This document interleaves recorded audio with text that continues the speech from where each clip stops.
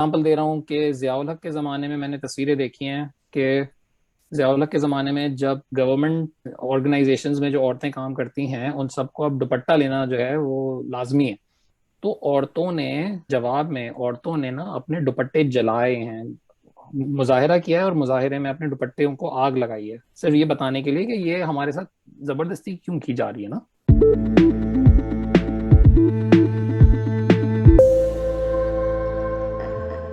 और ये बात हो रही है 80s।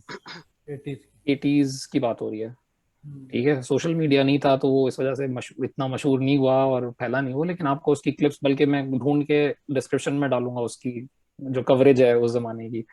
तो ये वो गलती है जो हम कर रहे हैं कि पर्सनली आपका कोई भी बिलीफ हो सकता है कि भाई पर्दा होना चाहिए, दुपट्टा होना चाहिए सर पे, जो भी हो सकता है, लेकिन अगर आपने ये एक नेशनल लेवल पे जिसका दीन से कोई ताल्लुक नहीं होना चाहिए, अपनी अपनी कंट्री की लॉज बनाने में ना, वहां पे मुसलमान भी रह सकते हैं। अब आपकी गवर्नमेंट के अंदर कोई हो सकता है कोई और मजहब की औरत काम कर रही हो, या अगर मुसलमान ही कोई काम कर रही है वो, लेकिन किसी ऐसे तब फिके से उसका ताल्लुक है कि जिसके अंदर दुपट्टा लेने की कोई जरूरत नहीं है।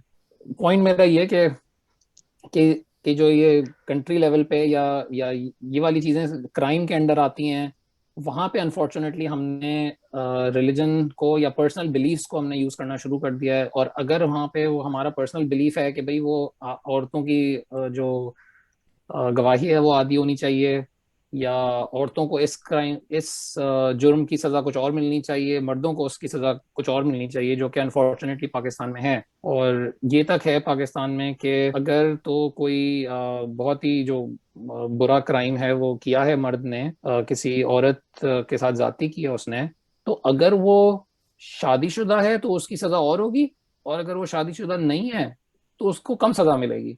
ये ऑफिशियली फैसला है मौजूद केस का पाकिस्तान की हिस्ट्री में ना। इसकी क्या तो लॉजिक है?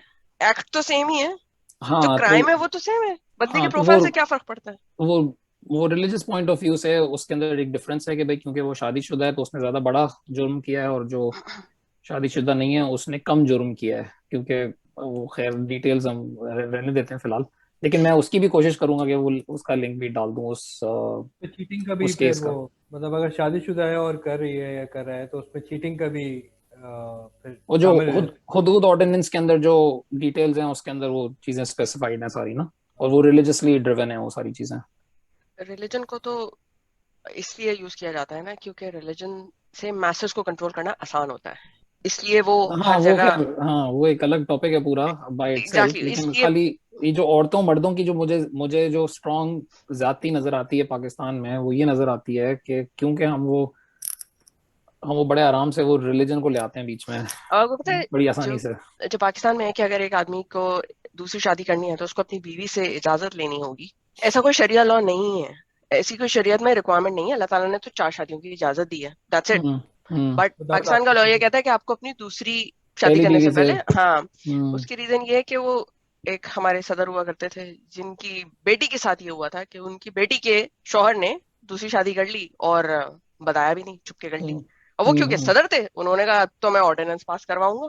हम्म। उन्होंने कहा कि अब जो भी आगे से दूसरी शादी करेगा उसको अपनी पहली बीवी से इजाजत लेनी होगी। हम्म। पर्सनल, जो आपने एग्जांपल दी ना कि हम अपनी पर्सनल चीजों को लॉ बनाने में इम्प्लीमेंट कर देते हैं, जो कि गलत है। और वो आज तक ये बना होता हुआ है वो लॉ। है, हाँ जी बिल्कुल। देखिए कितनी ज्यादती हो रही है मर्दों के साथ पाकिस्तान में। बिल्कुल बिल्कुल हो रही है, मतलब उनको अल्लाह ताला ने इजाजत दी है और क्या चाहिए। दैट्स हाँ। इट।